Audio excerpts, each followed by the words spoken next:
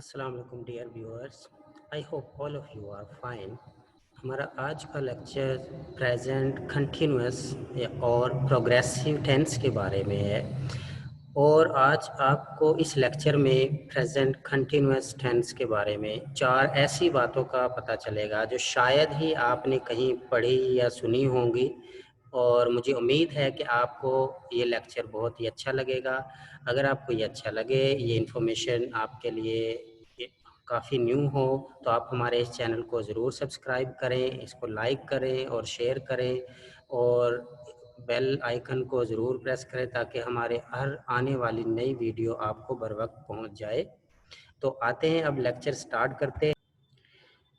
जी dear viewers, तो आपके सामने प्रेजेंट कंटिन्यूअस और प्रोग्रेसिव टेंस के बारे में डिस्कस किया जा रहा है। तो आम चीज़ों को छोड़कर मैं सिर्फ अहम चीज़ों की तरफ आता हूँ। तो सबसे पहले हम आते हैं नॉन प्रोग्रेसिव वर्ब्स। ये ऐसे वर्ब्स होते हैं जो आपको प्रेजेंट कंटिन्यूअस में यूज़ नहीं करने चाहिए, लेकिन मैंने नोट किया है कि बहुत से स्टूडेंट्स और बहुत से सेकंड लैंग्वेज लर्नर इनको कंटिन्यूअस में यूज़ कर रहे होते हैं। तो ऐसा नहीं करना चाहिए, इंग्लिश में ये रॉन्ग होते हैं। जैसा कि अगर यहाँ पर मिसाल लें कि वो फूल सूंघ रही है। अब हम देखते हैं कि शायद ये हमारी लैंग्वेज में कंटिन्यूअस में है तो इंग्लिश में भी कंटिन्यूअस में होगा, वो फूल सूंघ रही है। लेकिन इंग्लिश का रूल है कि ये प्रेजेंट कंटिन्यूअस में नहीं होगा। इसी तरह यहाँ पर है वो खाना चख रही है। अब ये भी ऐसे ही फील होता है कि ये प्रेजेंट कंटिन्यूअस का है, वो खाना चख रही है, लेकिन कंटिन्यूअस के बजाय ये इंग्लिश के अंदर प्रेजेंट सिंपल में यूज़ किया जाएगा। तो ऐसा क्यों है? चूँकि ये है नॉन प्रोग्रेसिव वर्ब, ये नॉन कंटिन्यूअस वर्ब हैं, इनको हम कंटिन्यूअस में यूज़ नहीं कर सकते। इसके साथ मैं लॉजिक भी बता देता हूँ। तो पहले आइए इस एग्जांपल की तरफ कि वो फूल सूंघ रही है। तो she is smelling the flower, ये रॉन्ग है, ये गलत है। सही होगा शी स्मेल्स द फ्लावर। तो उर्दू में या किसी आप अपनी लैंग्वेज में, पंजाबी में इसको कंटिन्यूस में ही परसीव कर सकते हैं, लेकिन इंग्लिश में इसको प्रेजेंट सिंपल में यूज़ किया जाएगा। ऐसा क्यों है? क्योंकि जो स्मेल है, आपको पता है कि स्मेल तब होती है जब हम सांस को इनहेल करते हैं, सांस को अंदर लेते हैं तो हम स्मेल करते हैं, और जब एक्सहेल करते हैं, जब सांस को छोड़ते हैं तो स्मेल वाला एक्शन ख़त्म हो जाता है। तो हमारे मैक्सिमम सांस लेने का अमल चंद सेकंड का होता है, इतना लंबा हम नॉर्मली सांस नहीं लेते। तो जब हमारा सांस का एक्शन होता ही चंद सेकंड का है तो हम उसको कंटिन्यू कैसे कह सकते हैं, बल्कि ये सिंपल ही होगा। तो इसी तरह से देखें, she is testing the food की बजाय शी टेस्ट्स फूड। अब वो खाना चख रही है। चखने का अमल आपको पता है ये भी एक सेकंड में, चंद 1-2 सेकंड के अंदर ही ख़त्म हो जाता है। अब ये नहीं है कि आप चखने का नाम लेकर आपने खाना ही शुरू कर दिया। तो चखने का जो टेस्ट करने का एक्शन है ये बहुत ही शॉर्ट टाइम का होता है, तो इसलिए आप इसको कंटिन्यूअस में यूज़ नहीं कर सकते। तो इस ये शी इज़ टेस्टिंग फूड की बजाय शी टेस्ट्स फूड। तो दूसरा है प्लान फॉर फ्यूचर, यानी आप जब फ्यूचर एक्टिविटी के लिए विद प्लान बात करते हैं, आपने मंसूबा बना लिया है, प्लानिंग की बात हो रही है, तो फिर आप इसको कैसे यूज़ करेंगे? तो आते हैं, आप कहते हैं कि अगले जुमे आप कहाँ जाएंगे? अगले जुमे आप कहाँ जाएंगे? अब आप देखें कि ऐसा लग रहा है कि ये फ्यूचर की बात है और है भी फ्यूचर की, लेकिन आप जब प्लानिंग की बात कर रहे हैं, उसका प्लान पूछ रहे हैं कि आपके अगले जुमे जाने का कहाँ का प्लान है, कहाँ का मंसूबा है, तो फिर इंग्लिश के अंदर आप where will you go next Friday जब कहेंगे तो ये क्या होगा? गलत होगा। क्यों? क्योंकि प्लानिंग की बात हो रही है और प्लानिंग को हम फिर फ्यूचर में यूज़ नहीं करते। तो फिर कैसे करेंगे? कंटिन्यूअस में, प्रेजेंट कंटिन्यूअस में। Where are you going next Friday? आप अगले जुमे कहाँ जाएंगे? या आप अगर इसका लफ्ज़ी तर्जमा देख रहे हो कि आप अगले जुमे कहाँ जा रहे हैं, तो बात फिर भी वही है, लेकिन नॉर्मली आप देखेंगे कि फ्यूचर के लिए आप जब प्लानिंग की बात करते हैं तो फ्यूचर की बजाय आप प्रेजेंट कंटिन्यूअस की बात कर रहे होते हैं। तो इसमें डिफरेंस क्या है? I am visiting to my friends on Sunday, मतलब ये कि मैं इस संडे को अपने दोस्तों से मिलने जाऊंगा। तो ये बात हो रही है प्लानिंग की, यानी आपने प्लान बना लिया है कि आप इस संडे को, इस इतवार को आप अपने दोस्तों से मिलने जा रहे हैं, ये आपकी प्लानिंग हो चुकी है। तो फिर इसमें ये सेंस है, जब आप फ्यूचर प्लानिंग के लिए प्रेजेंट कंटिन्यूस की बात करते हैं तो फिर उसका मतलब होता है कि इसमें प्लानिंग हो चुकी है।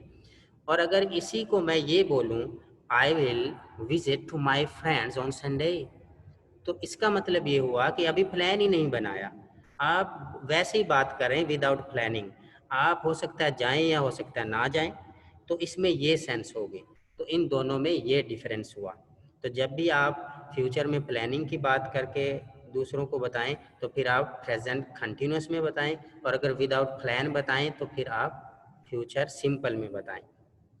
तीसरा यूज है इसका, prediction based on impersonal experience, knowledge and outer situation.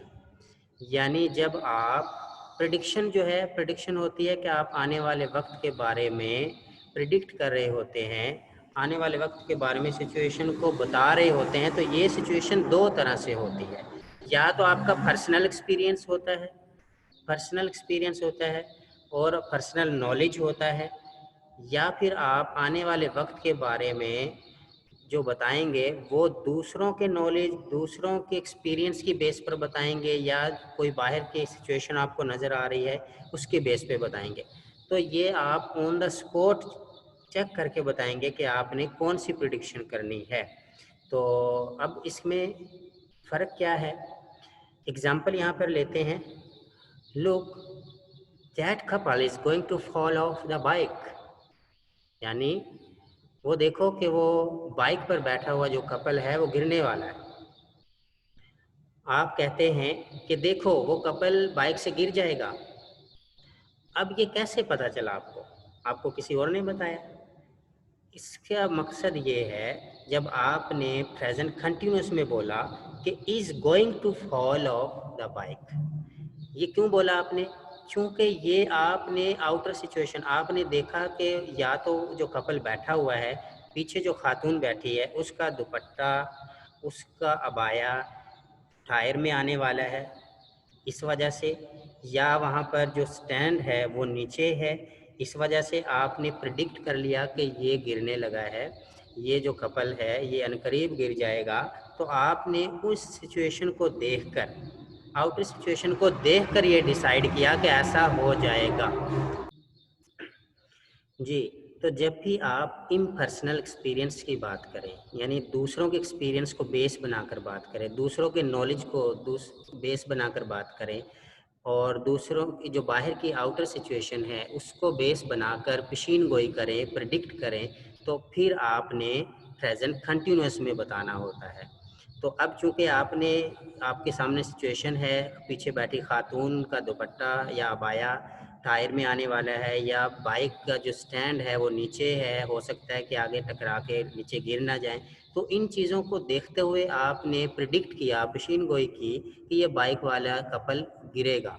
तो इसलिए आपने फिर किस में बोला? प्रेजेंट कंटिन्यूअस में। Look, that couple is going to fall off the bike. अगर ऐसा ना हो, या जैसे एक और एग्जांपल लेते हैं। एग्जाम्पल क्या है? You are going to fail in the examination, कि तुम इम्तिहान में फेल हो जाओगे। अब आपको लगता है कि तुम इम्तिहान में फेल हो जाओगे, ये तो कंटिन्यूअस की बजाय फ्यूचर सिंपल में होना चाहिए, तुम इम्तिहान में फेल हो जाओगे। लेकिन यहाँ पर क्या है? यहाँ पर प्रेजेंट कंटिन्यूअस है। ऐसा क्यों? क्योंकि वही रूल कि आप जो बात कर रहे हैं, जो पेशीन गोई कर रहे हैं, जो प्रिडिक्ट कर रहे हैं, वो आप अपनी नॉलेज की बेस पे नहीं, अपने एक्सपीरियंस के बेस पे नहीं, बल्कि आपको टीचर्स ने बताया है, टीचर्स बेस आप बता रहे हैं। आपको इस, जिससे आप कह रहे हैं उसके बारे में टीचर ने बता दिया कि इसके मार्क्स बहुत ही कम हैं, इसका पेपर अच्छा नहीं हुआ। तो उस टीचर से आपकी कहीं मीटिंग हुई है, तो उस टीचर के नॉलेज की बेस पर आप ये बात उससे कर रहे हैं कि you are going to fail in the examination, यानी आप इम्तिहान में फेल हो जाओगे।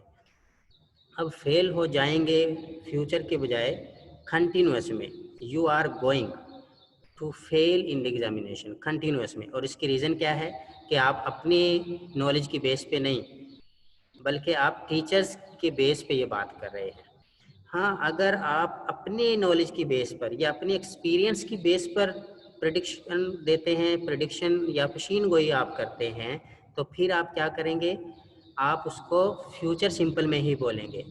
अब जैसे यही example, you will fail in the examination, तो इसका मतलब क्या हुआ, you will fail in the examination, मतलब ये कि तुम इम्तिहान में फेल हो जाओगे। तो फ्यूचर सिंपल क्यों यूज़ किया गया, क्योंकि ये आपने अपने एक्सपीरियंस की बेस पे कहा। कैसे, आगे मैंने इसकी डिटेल लिख दी है कि मैंने भी स्टडी नहीं की थी और मैं एग्ज़ाम में फ़ेल हो गया, तो मैंने देखा कि तुमने भी स्टडी नहीं की तो तुम भी फेल हो जाओगे। तो इस पर्सनल एक्सपीरियंस की बेस पर कहा जा रहा है you will fail in the examination.